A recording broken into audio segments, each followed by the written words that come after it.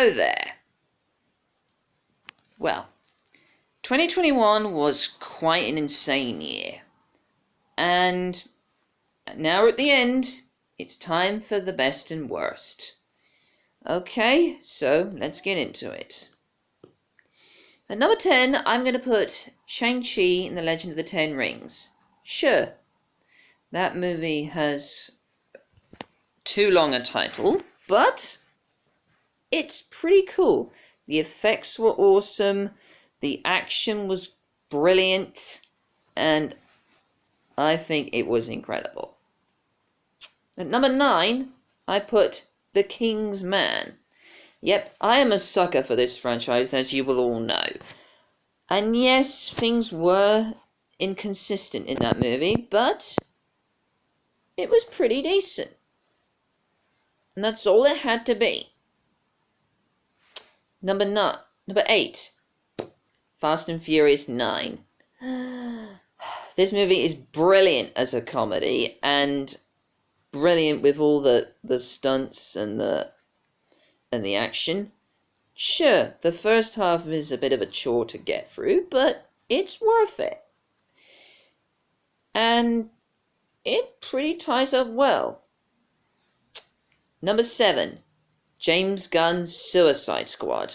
You see, you give the director the control he needs and wants, and let him get on, and he turns out a film that is actually awesome. Sure, it's flawed and a bit overstuffed, but it's fun and alive, and exactly what a Suicide Squad movie should be. Number 6, No Time to Die, or as people have been calling it, probably the last good Bond movie that's going to be for a while. And Daniel Craig gets the shot and goes out with a bang, and bloody hell, it's incredible. I saw this twice, and my God, the ending scene is enough to drive men to tears. Number 5, Nobody. Sure, this movie isn't exactly original, but it's got action, it's got blood, guts. It's got Bob Odenkirk, who I've never even heard of until now, and I never realised voiced Dever in the Incredibles sequel. It's brilliant. I love it. Please get us a John Wick crossover. Number 4, Nobody, starring... 4, Spencer, starring Kristen Stewart. My, this movie is something altogether. I mean, it looks incredibly shot, it's brilliantly acted from Kristen Stewart, and I like that just, sure, it's not entirely accurate, but there's a lot to love. I mean, if this doesn't get an Oscar nomination for either cinematography or for Kristen Stewart, there's something clearly wrong. Number 3, Spider-Man Far From Home. A mate of mine, Harry Monday, described this as the best nostalgia film ever, and I can only agree. It was wonderful. So much action, so much to adore. It blew everything out of the water. It is iconic.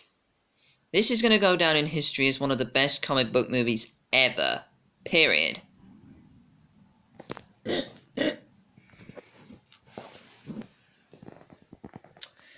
Now, number 2, Dune by Denis Villeneuve. Now, this is one of the best book adaptations of sci-fi I've seen in a while. I mean, The acting is so on point. The visual effects are stunning to look at. The direction is pitch perfect. It's brilliant. It's bold. It's brilliant. It's beautifully written. We need more movies like this. And I'm sure they'll just be on the way next year. And finally, number 1, Zack Snyder Justice League. I'm not usually someone for epics, but if you're gonna make a superhero movie that's longer than Gone with the Wind, go for it. And boy, did Zack Snyder do that. Sure, it's not perfect. It's got a few clunky things, like maybe it didn't know where to end, but that's fine. This is a really, really good movie. This is everything that a director should try and make. It's brilliant. You let the director do what he wants, and you get something that works. So guys, thank you for watching.